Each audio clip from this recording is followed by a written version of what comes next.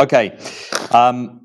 Today, we have got quite a packed agenda. As usual, for the first 15, 20 minutes, I'm going to give some thoughts about some recent interviews that have just dropped this morning. A piece that I wrote about this morning on liberal authoritarians. I just wanted to share a few more thoughts on that. Some reflections on the debate last night between Kemi Badenoch and Robert Jenrick.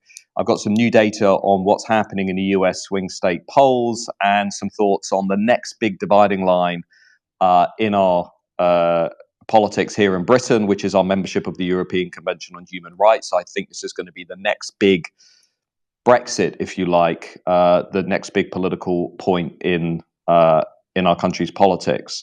I wanted to start firstly just with some thoughts. We've had a couple of big interviews that have dropped. I wanted you to be aware of them. The first was a very interesting interview I had with Mehdi Hasan on Al Jazeera's Head to Head. You'll find this on YouTube. I put a few clips on X. Suffice to say, it wasn't the friendliest of audiences. Mehdi Hasan, as you know, has some very strong views about issues that I often write about. But it's worth a look in terms of understanding the gotcha journalism that defines much of our media class today. So you'll see in the interview, I was barely able to get a word in edgeways. I think on balance, I did a reasonably good job, but you'll see the journalistic style that comes with that. And partly I agreed to do the interview because I just wanted to ensure that people like you were represented on those platforms, which have basically been taken over by radicals. Some might even say extremists. And the other interview that was released today, which you might enjoy, was Political Thinking with Nick Robinson. So I did a 30, 40-minute interview with Nick. Again, I think you'll find it very interesting. You can listen to it over the weekend. I think the video is dropping tomorrow. It's a remarkable insight into the tactics that are used to try and discredit people who are making a countercultural argument. There's a lot of sort of guilt by association. There's a lot of references to Enoch Powell for some reason. But again, I mean, I stand my ground. I don't really give an inch. So do check out those interviews if you can. I wanted to start today just by reflecting on a piece I wrote this morning, a new fascinating study in psychology on what the author Luke Conway has called liberal bullies. I've just repackaged that slightly as liberal authoritarians. It's a sort of paradox to have liberal and authoritarian in the same term. The reason I wanted you to be familiar with this study, and the Substack was longer than usual, is because we all know who these people are. You see them on X, you see them on social media, you see them in media, sort of self-described liberal progressives who often seem to be very dogmatic, very intolerant, almost extreme in their obsession with things like anti-racism, anti-Brexit, anti-conservatism. And the reason I wanted to make you familiar with Luke Conway's work is because he really shows that this is a specific psychology. This is a distinctive group of people. He estimates there are tens of millions of liberal authoritarians across the West. And something I didn't mention in the Substack that I wanted to mention in the live is, look, on the first level, he says, what is it that defines liberal bullies? They're obsessed with this idea of misinformation because they have to control the information supply. So anybody who holds a countercultural view is branded misinformed, disinformed, ignorant, bigoted, etc. And this is partly because liberal authoritarians can't handle uncertainty. They can't handle nuance and debate. You'll hear that, by the way, in some of the interviews I just referenced. They're not very good at discussing evidence that runs contrary to their beliefs. So they're obsessed with controlling the supply of information. And you can see this in the clampdown on free speech, free expression. I think Keir Starmer is a classic example of liberal authoritarianism. I think Alistair Campbell is a classic example of a liberal authoritarian. They're very dogmatic. They're also characterized by a tribalist, sort of binary us and them view of the world. They claim that the populists exhibit this mentality, but they're just as guilty of it. They're consumed by this idea that their group must be superior and must dominate other groups in society. They're also intellectually apathetic. They're quite lazy. They're not interested in evidence that runs counter to their views. I didn't say it in the piece, but that's why if you look at some of the big podcasts in British politics, they tend to have the same people on them all the time, because those people reinforce the views and beliefs of the people who run those podcasts. And I think, that's reflecting how liberal authoritarians don't like to be challenged by people who hold different views. So they're obsessed with information. They're intellectually, they're quite lazy. They're prone to simplistic black and white thinking. They tend to obsess with one factor. So, for example, an obsession with Brexit, an obsession with Trump, an obsession with racism.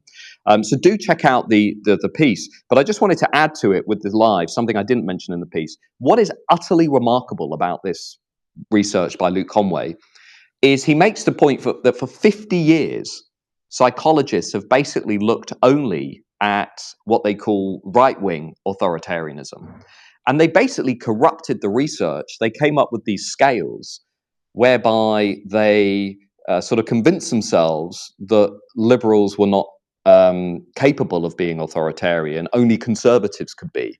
And in his book, Conway shows just how biased the research has been over 50 years. So it's a fascinating study. I think everybody should read it. I think it taps into a lot of the things we've seen since Brexit. I can tell you it taps into a lot of the things I've experienced in universities since the Brexit referendum, a very sort of a visceral, palpable intolerance among many of the people who claim to be the most progressive and liberal of all. I've never experienced hostility like the hostility that I've experienced at the hands of so-called liberal academics. So it's a really important study, and it's a reference point actually that people in the debate can use to say, hang on a minute, this isn't only about populism. This isn't only about Trump, etc. In fact, Luke Conway shows that liberals are more prone to authoritarian thinking than conservatives, and that's the key point in this study. The second thing I wanted to talk about today, like you, maybe I watched the Kemi, Badenoch, Robert Jenrick debate last night. I'm going to write on this. I'm going to write on the contest in the coming week. A lot of my friends are coming out in support of Robert Jenrick. Some other Substackers who I admire, people like Ed West, have come out for Robert Jenrick. I'm going to put my view out next week. In terms of the debate, what's clear is Jenrick is doubling down on immigration and the narrative that he's the guy that can win back reform voters. Kemi Badenoch is avoiding policy, essentially, running more on values, trust, conviction, conservative principles. As I said last week, though, the primary problem that's facing both of them is that they're operating within a structure that is not going to give them much room for maneuver, a parliamentary party that leans very strongly to the cultural left. And this fundamentally is going to make it very difficult for them to win back lots of these reform voters. I think there's also a lot that we haven't heard a great deal about. Last night, there was almost nothing in terms of what practical policies will be used to take on the cultural left in public institutions. I thought there was a remarkable lack of discussion around what might follow leaving the European Convention on Human Rights. Kemi Badenoch is still very ambiguous on that, by the way. She's unclear as to where she stands on that issue. I think Jenrick is pressing the right buttons, but there's still an authenticity question mark over his campaign, which is legitimate given the performance of the Conservatives over the last 30 years. My personal view, I think he actually won the debate last night, but it was quite interesting that most Conservative members in the room seemed to favour Badenoch. So let's watch this space. I'm actually going to write what I think would be quite a strong piece next week around that. I wanted to talk a bit, meanwhile, about, we've got two massive things coming up. We've got the budget coming up in the UK, but we've got the presidential election coming up in the US. And I actually think the presidential election is fascinating for lots of reasons. But one of them is what it tells people in other countries. If you look at the polling, if you look as of this morning, the national average in the polls, Kamala Harris is 1.7 points ahead in the polls. Now, of course, the Democrats have won the popular vote at most recent presidential elections. What really matters are those key swing state polls. And there are about seven states that are going to decide the presidential election in about 2 weeks' time. Now, if you look at those swing states, in almost every single one, Trump is now ahead. I would argue that Trump's polling numbers today are stronger than his numbers in 2016 and 2020. You don't hear much about that, actually, in the mainstream press at the moment. But I've pulled together the numbers. I'll put this out next week. So if you look at states like Pennsylvania, Wisconsin, Michigan, Arizona, Nevada, Georgia, North Carolina, and you compare Trump's position today to 2020, obviously when he lost to Joe Biden. I'm just going to give you a few numbers. Write them down if you're at a desk. It's quite interesting. 4 years ago, Pennsylvania, at this point in the cycle, Biden was ahead by nearly 6 points. Today, Trump's ahead by half a point. Wisconsin, Biden was ahead by more than 6 points. Today, Harris is just barely ahead by 0.3 points. Michigan, Biden was ahead by more than 7 points. Today, Trump's ahead by 1 point. Arizona, Biden's ahead by 4 points. 4 years ago, Trump's ahead today by 1 point. Nevada, Biden was ahead by more than 5 points 4 years ago. Today, Trump's ahead. Georgia, Biden was ahead by 2 points. Today, Trump's ahead. North Carolina, Biden was ahead by nearly 3 points. Today, Trump's ahead by 1.5 points. Ohio, Trump was ahead 4 years ago by 0.5 points. Today, Trump's ahead by more than 7 points. I'm not hearing a lot about these swing state polls in much of the conversation, but if you actually compare Trump's numbers today to 2020 and indeed 2016, they're much more favorable. So that leads me to think two things. Either we're heading for a pretty convincing Trump victory, and the Real Clear Politics Electoral College map, based on the current polls, would give Trump 302 Electoral College votes. You need 270 to win. Trump's on 302. So we're either heading for a comprehensive Trump win, or secondly, alternatively, we're heading for a massive error in the polling industry, that we've got another case of pollsters not correcting for bias and statistical problems in their models. Now, I don't know which of those things it is, but if things stay as static as they are, my money is on Trump. I'm pretty confident, actually, if these polling numbers are accurate, he's going to win. The interview that Kamala Harris had this week with Fox News, I thought was remarkable. She really came across quite weak. This was a one-on-one interview between her and Fox News. The fact that she's doing one-on-one interviews just 2 weeks out from polling day shows, I think, how concerned her campaign are at the state of the current polls. And so, look, I'm going to share this table. I'll tell you what I'll do. I'll tweet it out after this live so you can get it over at X and compare the numbers. But I'll also put it in a post next week. I think Trump's looking really good. Also, I just want to talk about the ECHR for a minute, because I think this is the next big debate in British politics.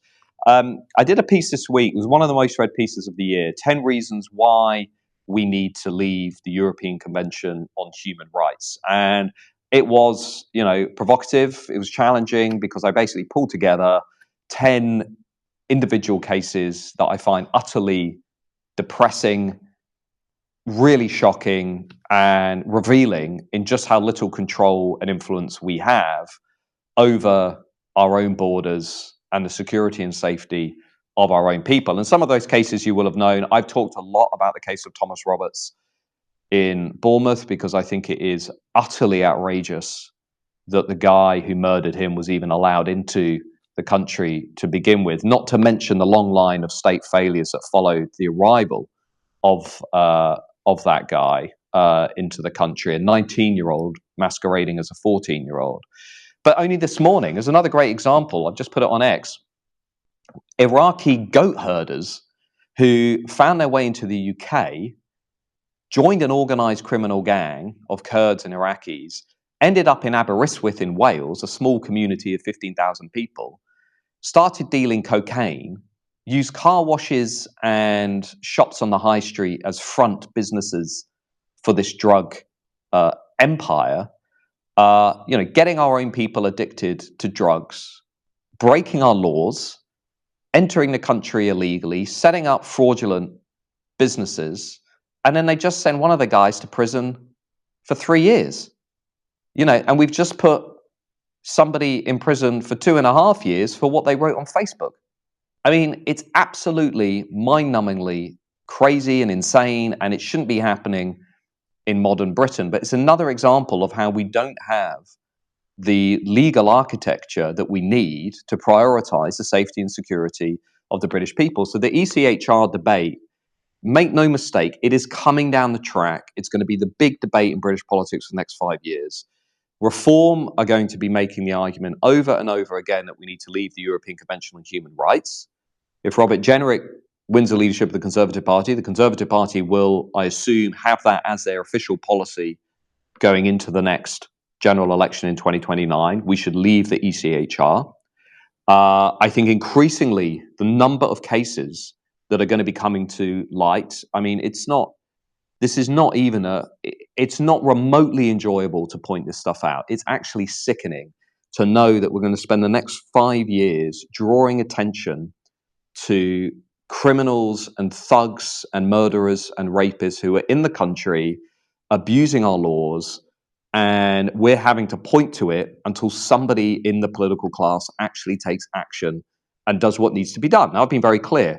3 things we need to do: exit the ECHR, reform, if not repeal, the Human Rights Act, and have an active deterrent to stop people from making the journey across the channel to begin with. You do those 3 things, you're building a firewall against some of the atrocities and tragedies that we've seen in the country over the last few years. To that, you might add introducing a new piece of legislation, let's call it the British Bill of Rights, let's call it the Great Reform Act, whatever, something that replaces human rights provisions in the UK, but makes it clear that the safety and the security of British people will not be subordinated behind the wishes of international courts and judges. It's that clear.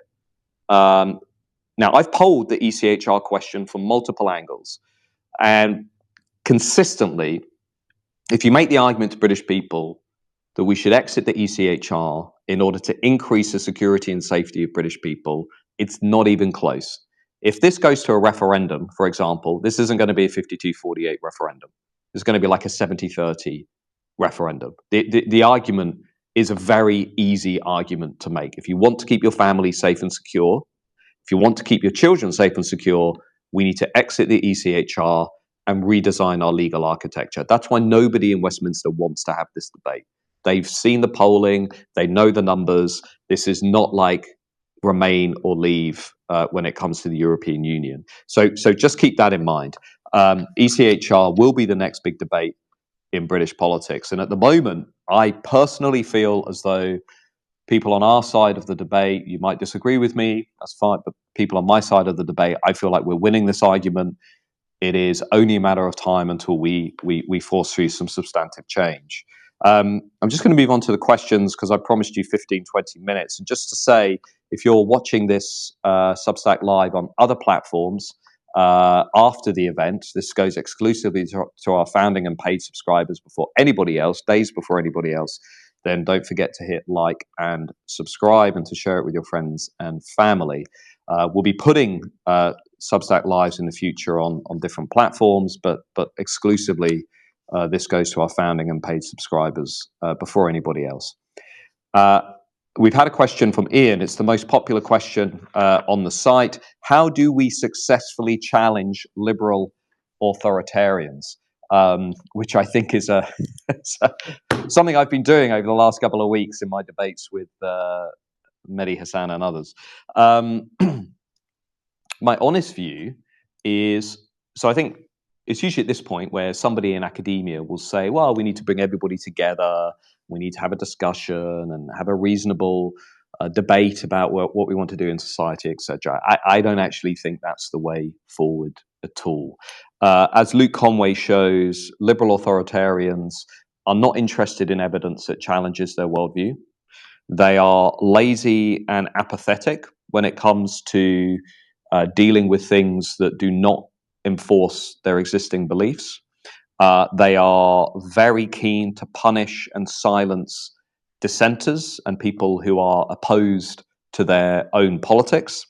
And they are basically masters at gaslighting.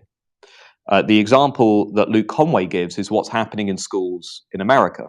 So on the one hand, radical progressives bring forward critical race theory, radical gender ideology in schools. They start to tell little girls that they could become little boys, and little boys that they could become little girls. They say that America is institutionally racist. They redesign the curriculum and reading lists around this radical ideology. Then when you point out this is happening, they say, no, this isn't happening. When you provide evidence that it's happening, they still say, oh, well, hang on. This is about conservatives starting a culture war. And what Conway shows is that liberal authoritarians are the masters of refusing to see authoritarianism in themselves while projecting these traits onto other people. It's what he calls authoritarian projection. Now, you see this in the UK all the time. So the culture wars debate. Radical progressives start a culture war in Scotland. We want 16-year-olds to be able to legally change their gender with no medical supervision at all. You point out that this is insane and that most people don't support it. They say, well, how are you starting a culture war? Why are you starting this culture war? This is so irresponsible. This is so inflammatory of you. Classic gaslighting, a very specific political ploy. And what Conway argues is that often they don't know they're doing it. It's like a sort of instinctive reflex that they have. He calls it a sort of remarkable capacity for self-ignorance. They don't quite understand how radical and authoritarian they're being, so they accuse other people of doing these things that they're doing themselves. And I think you see that in terms of the imposition of woke ideology in the public institutions. You see it massively in the immigration debate. We're going to introduce an extreme policy of mass uncontrolled immigration. And if you raise questions over it, you're starting a culture war, you're a racist, you're a populist. You see it in the big debate over misinformation. If you raise questions, if you raise criticism, you are misinformed, you are ignorant, you are irresponsible. What they're trying to do is control the information supply. So what I think we need to do as stage one is call them out, is to actually call them out and say, hang on a minute, there's a lot of evidence here to show that you are being as authoritarian as the most unscrupulous, manipulative people on the ultra right wing. We're going to call you out on this. We're going to stand our ground, and we're not going to use the language of radical progressives. So, for example, one of the things I say to conservatives is, why are you buying into this language of culture wars? If you're talking about the defense of families, values, history, heritage, who we are, strong borders, lower migration, why are you using the language of culture wars? I spent much of the last 14 years listening to kind of self-described moderate conservatives saying that they don't want to engage in culture wars. Well, if another side is attacking the very foundations of your civilization, it's not culture war, right? That is a defensive strategy in response to radicals and extremists who are imposing their worldview on everybody else. So I'm just going to be really real and honest with you. There's no nice way through this. This is going to be a very polarizing, difficult, combative debate. It means conservatives, people who care about the country, small c conservatives, whether you're on the, if you're a Labour voter, Conservative voter, whatever, if you believe that we should have strong borders, lower migration, prioritize our history, identity, and culture, and do so in a responsible but assertive way, it means we have to stand our ground at all times and not be scared of nasty words and name calling that liberal authoritarians will throw around. That's stage one. Stage two is we need to organize politically, which I'll come back to. We've had a question, will Donald Trump be helped by the polls, typically underestimating his true support? Really interesting question. This, of course, is what happened in 2016. Pollsters underestimated Trump's support. Have they corrected for that bias? We don't know. Polls have been moving more into cell-based polling rather than landline-based polling. They've been doing more online polling.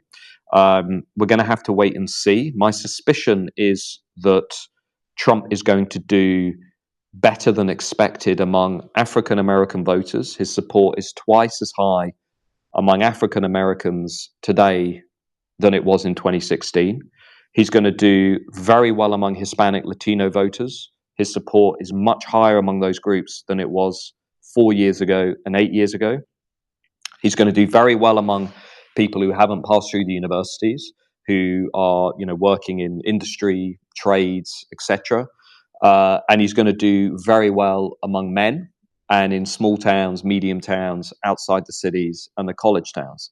So the realignment that he started in 2016 is actually accelerating.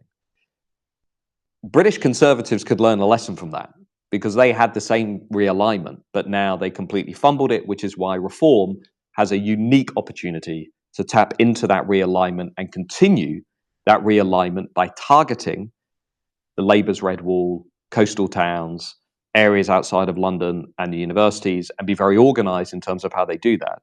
But I think if the polls are underestimating Trump's support, we're heading for a blowout, and Republicans will be in a very strong position come January when they take office. I don't think there is any plausible way that they are underestimating support for Harris, because the polls by their nature will be picking up lots of highly educated, urban, socially liberal voters. If anything, the risk is running the other way, that they are overestimating support for Harris. And as I say, in those swing states, the numbers are not good for Harris at all. I mean, I'll be really honest with you, I have no idea how this person is running for president. Like, I really don't. And I'm trying to be nice to Kamala Harris. I mean, I don't understand it. She's not very bright. Her arguments are often nonsensical. She went through the Fox News interview this week, not answering questions, literally just using platitudes, not actually answering any of the questions. And I think Trump is back to being his best, to be honest. I think he was he's charismatic, interesting, funny. I have concerns about Trump, like most people. I think in a campaign sense, though, I think he's back to kind of where he was in 2016. If you watch one thing ahead of the presidential election, there's a very interesting podcast. One of my team sent this to me, the Flagrant podcast. Trump's interview on that is really worth a watch, because I don't know what they do or how they do it, but they sort of really bring him out in a more personal way. So he isn't Trump the politician. He's more sort of Trump, the guy at the bar having a beer, talking with people about his personal life and his kids. It's very interesting. I'm not asking you to watch it because it's massively pro-Trump. I'm just asking you to watch it in terms of seeing a side of him that doesn't always come out at the rallies and the politics and so on. But I think, as I say, we're probably heading into a strong Trump victory unless we've got a massive polling error. A question here. The historian David Starkey has made the point that he believes much of the political logjam has been caused by changes made under Tony Blair. Do I believe that those changes must be dealt with in order for any reform to be successful? Reform to the system, I'm assuming. Without question, what essentially happened after 1997, and David Starkey isn't the only person to point this out, though I know he's done so eloquently. Essentially what happened is the entire foundation of our judicial legislative system was repositioned around the kind of supranational rights agenda. And this happened principally through things like the Human Rights Act, the creation of the Supreme Court, the Equalities Act. And ordinarily, were we in some galaxy where conservatives were representing the people that voted for them, they would have used their majorities in 2015 and then 2019 to overturn the Blairite foundations of our political system. And had they done that, reforming, if not repealing, the Human Rights Act, reforming, if not repealing, the Equalities Act, taking on the ECHR. Yes, it was founded a long time ago, but certainly not in a way that is now being applied. We'd be in a much stronger place. I personally believe as a country, we'd be able to control our borders. We would be able to push back against the imposition of diversity, equity, and inclusion in public institutions and government departments. DEI is not a neutral, independent belief system. It is a highly political, activist ideology that is used to promote ideas that are divisive and corrosive to our national community and identity. I firmly believe that, as do people like Francis Fukuyama, as do people like Yasha Monk, as do people like Eric Kaufman, Richard Hananieh, Chris Rufo, among many others. The debate over DEI has moved on. This isn't just a nice human rights agenda. It is an openly political, identity-based program to reshape Western societies around divisive ideas. Much of this goes back to the Blairite foundations in our system. So if you want to fundamentally change the direction of travel, Roger Scruton's also made this argument very eloquently. Again, go back and read books like England Analogy, Against the Grain, among many others. We need to change the foundations of the system. And this, again, is partly why so many people were so frustrated with the post-2019 Conservative government. Had it had the ambition to do some of these things, we would be in a very different place today. But instead, we're in this place whereby we are tinkering around the edges. And actually, just to go back to the leadership debate last night, Robert Jenrick might be pressing some of the right buttons on issues around the ECHR. I would like to press him on this point about the foundations of the system, the Blairite foundations of the system. How far would a Jenrick-led Conservative Party go with regards to things like the Equalities Act, the Human Rights Act, the reassertion of common law, the reassertion of our historic judicial framework? That's what I would like to press him on, because, if you're not reforming the whole system, like, what's the point, basically? You're never really going to deal with more than the symptoms. I think we've got some time for other questions here. Do you think that we can... Sorry, I watched a podcast which said reform would up their game if Jenrick was elected Tory leader. Of the two candidates, I think Jenrick is more problematic for reform. Obviously, I think Kemi Badenoch would be easier for reform to navigate. It's my personal view. I say that because I think Badenoch is light on policy. I don't think she'd have the appeal among cultural conservatives. And I don't think she has the charisma to cut through in a way that would be problematic for reform. Jenrick, I think, would be more problematic for the party. Not an insurmountable problem, but would be more problematic. We've had another question here that liberal authoritarians have captured the language of the country. How can this be countered? Well, I've sort of answered that in the sense of saying I think we just need to call it out when it's happening and refuse to play that game. If you get a chance to listen to the Political Thinking podcast with Nick Robinson, you'll notice about halfway through the kind of the language games become very apparent, and I openly refuse to play them. I mean, this kind of guilt by association tactic that people tend to use. That, well, you're saying something similar to what Geert Wilders is saying in the Netherlands, therefore you must be a bad person. If you actually refuse to play those games and call them out publicly, I mean, people are not idiots. People who are listening to these shows can see the bias and they can see the partisan leanings of the people who are asking you those questions. If you watch the Al Jazeera interview, again, it's very similar. And of course, this is, again, partly a reflection of the psychology that Conway talks about. So ask yourself a question. Take a show like Newsagents. I don't watch it myself. I've seen some clips on X, but the sort of Emily Maitlis, John Sopel, Lewis Goodall show, I don't think I've seen anybody on that show that has ever seriously challenged their worldview on global events. I can't think of anybody that I've ever seen in a clip that has genuinely challenged their worldview. I can't think of anybody on Question Time, with the exception of Reform MPs, who are invited on and who represent what we might call an alternative to the dominant liberal consensus in the institutions and politics of this country. okay, maybe Peter Hitchens, maybe Melanie Phillips. That's about it. I can't think beyond that of anybody outside of Reform and those people who genuinely pose a challenge to this consensus among the elite class. And I think that's ultimately what this game is about. It's about the control of information. Why is Substack so important? Because it doesn't allow those people to control the information. If we can get a piece out, like the liberal authoritarian piece this morning, and we can hit 58,000 people or close to 58,000 people at the press of a button, and then we can hit another few 100,000 people on social media, and maybe over the next month, that piece, we can hit 1 million, 2 million people through social media, through people sharing it and so on. Like, you don't need the legacy institutions anymore.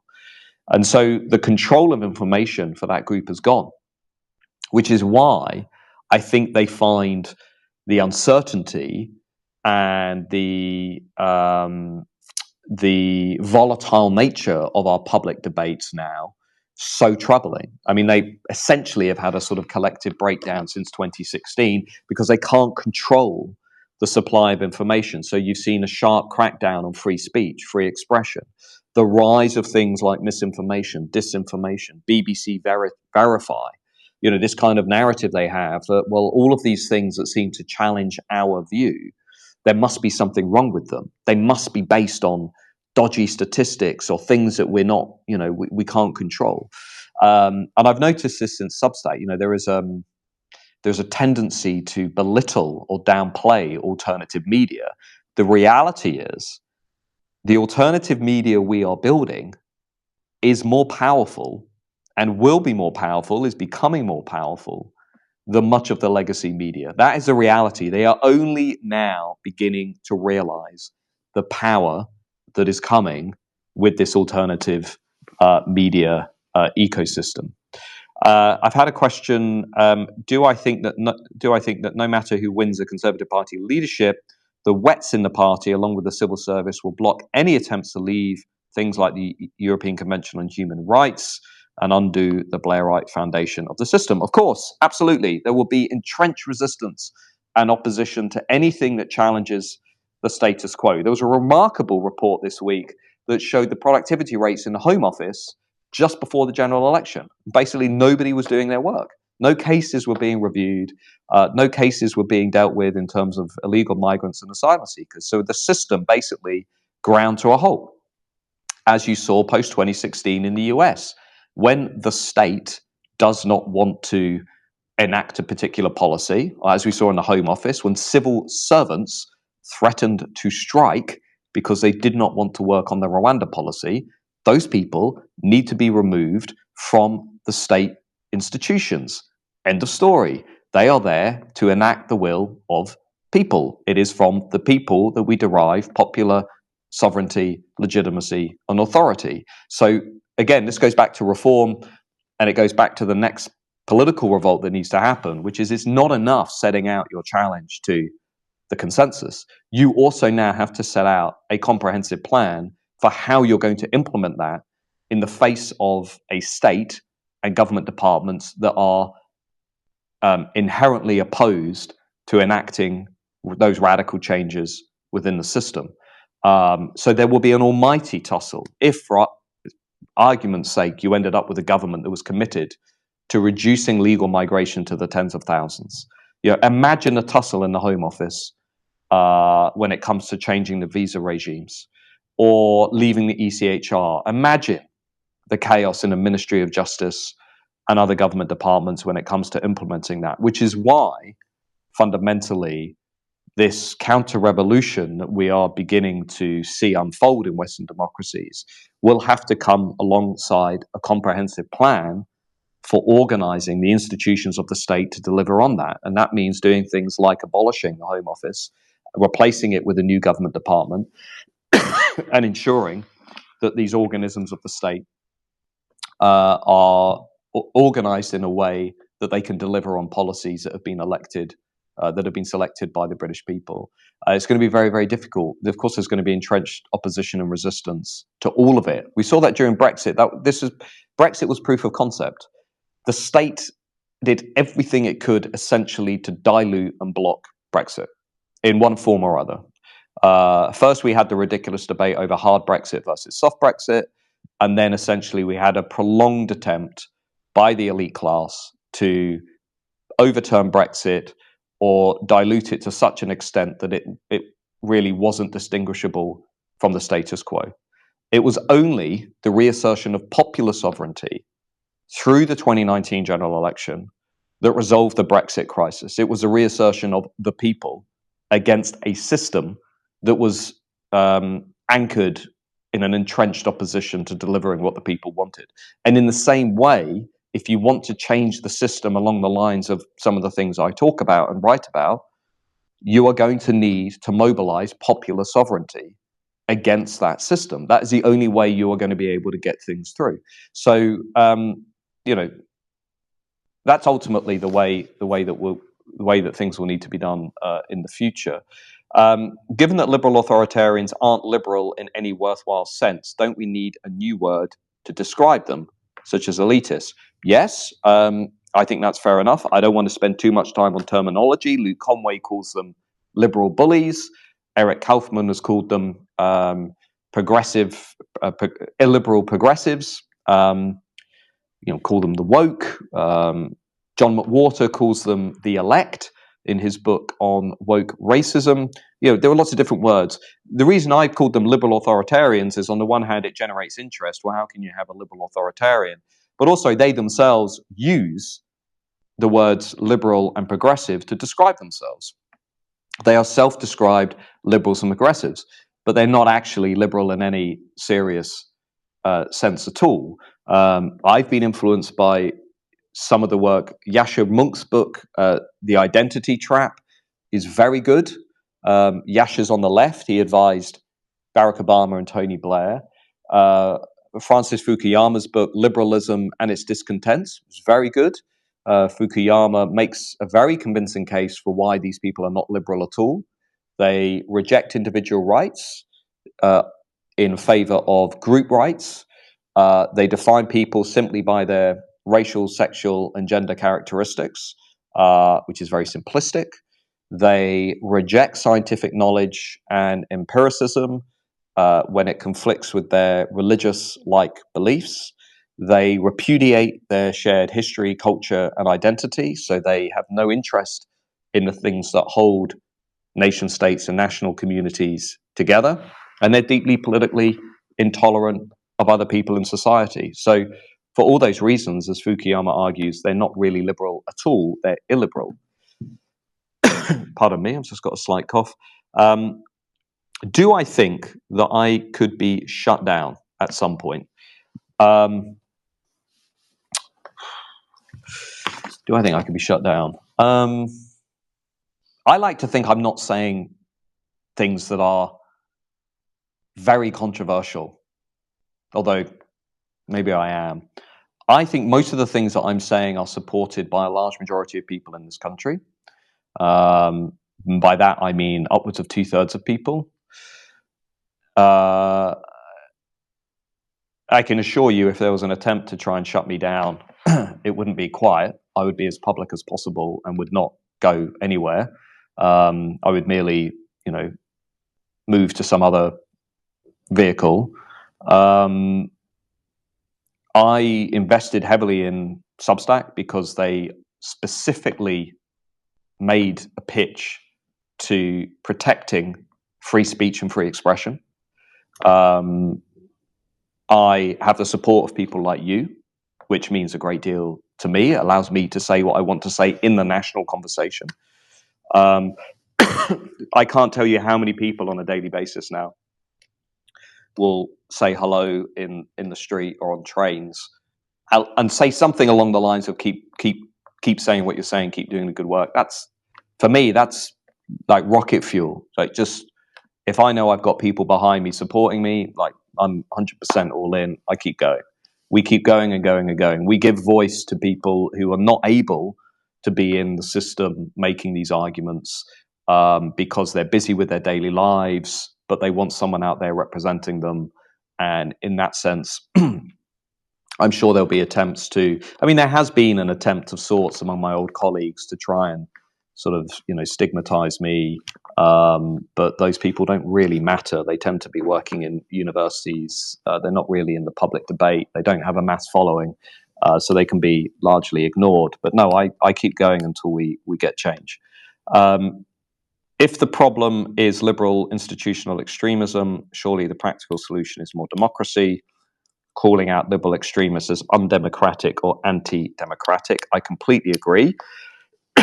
Matt, does voting ever really change anything?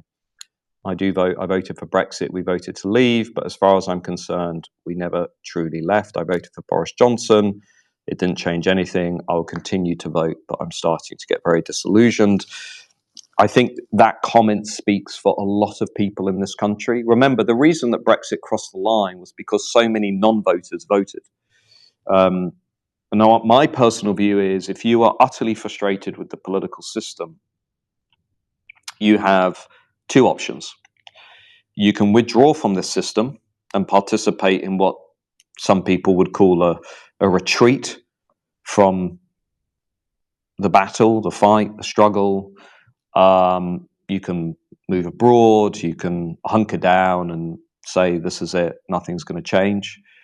Or you can reflect on just how much has happened over the last 10 years, which is not really a long period of time at all in the history of a nation. You know, the rise of UKIP, the vote for Brexit, the Brexit Party winning the European elections, the 2019 general election majority, the political realignment, the re-emergence of Nigel Farage and Reform, 4 million votes, 5 MPs, etc. I think if, you know, the lesson from that is that politics is very volatile. It's entirely possible for new challengers and outsiders to break through. And it's entirely possible to bring about substantive political change so long as people learn those lessons, stand firm, and keep going. I really do personally believe that. That is the lesson of the last 10 years. What is needed now, in my view, is a comprehensive, coherent plan that goes from today through to 2029. I think 29 is going to be the big one. It's going to be the election that is going to be really about this civilizational moment that we're in. And it means going from today through a series of stages, elections, contests, political debates, public debates, building a following, building a movement, going into 29, changing the zeitgeist in this country. And I think there's going to be a lot of wholesale radical change around the corner. I really believe that, because what we're going to see over the next 5 years is a managed decline, the managed decline of a nation. That's what we're living through at the moment. We're living through the giving away of our national territory to our enemies like China, the giving away of our freedoms, liberty, individual rights, the creeping crackdown on free speech and free expression, the giving away of the security and safety of the British people to international courts and supranational organizations, the imposition of a top-down, un-British, divisive, anti-Western dogma among the elite class onto everybody else. And that is going to, I think, create an almighty backlash to that elite class from people who have had enough, who believe that there's a lot more to this country than just managed decline, and who believe that there is something, as I said before, there is something very special about coming from these islands. And the history of these islands is ultimately a history of people, not elites, not politicians, but ordinary people pushing back against the system when it loses touch with what these islands are all about. And I have immense faith in the capacity, the ability, and the willingness and the courage of British people to do exactly that. And I think partly that's what 2016 was all about, partly was what 2019 was all about, even though people were misled. You know, it's, to go back further in time, it's what we saw during the 20th century.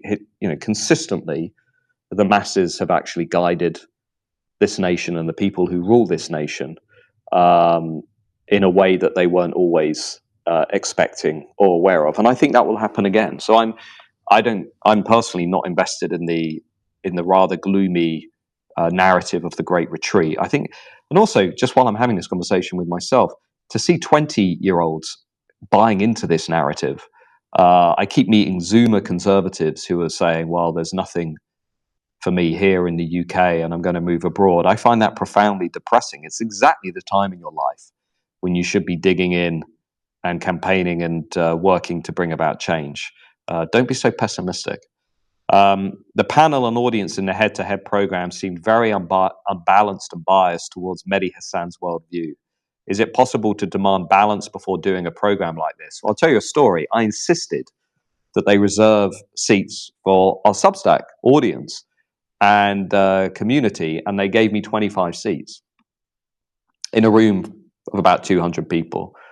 And so, we took the 25 seats and we had 25 members of our community come along, and we met them afterwards in a pub. We all had a drink and chatted about the event.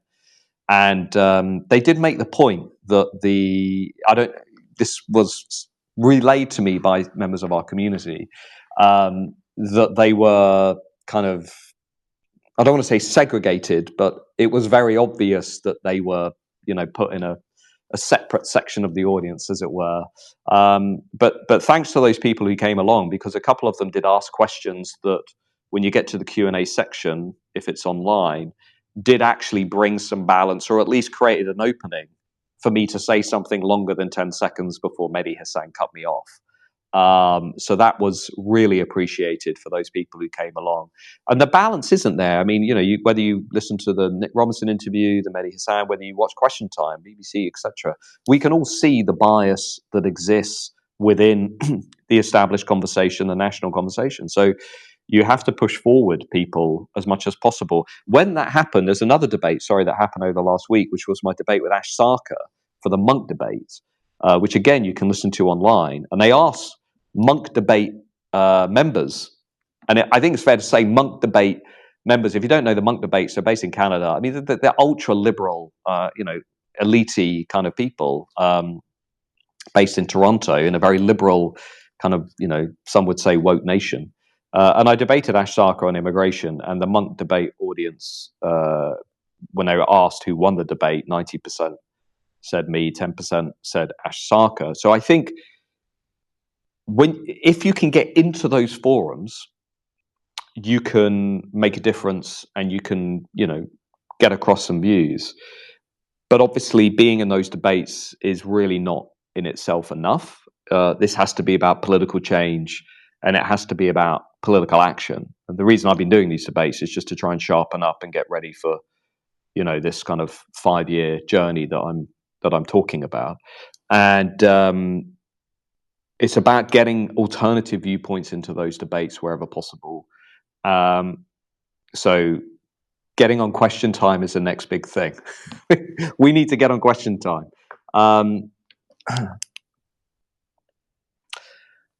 Just 2 minutes. Where do you think the 17 million Brexit voters were on July the 4th? I think this follows on from my previous question about does voting change anything? Brexit voters, a lot of them have gone back into apathy. I'm hoping at some point they come back into the political system. Basically, Nigel Farage and Reform took 1/4 of the Conservative Party's electorate. They were mainly Leavers. But we've lost about 2 million Leavers who have left the political system, just given up. And I think mainly because of immigration. What needs to happen ahead of 29 is going to be a big invitation for the British people to rejoin a political movement and get back involved in politics. That has to happen. Their votes are going to be absolutely essential in 29 to bringing about some kind of change. But if you look at what happened to the Brexit vote, basically it went en masse to the Brexit Party, and it then switched back en masse to Boris Johnson.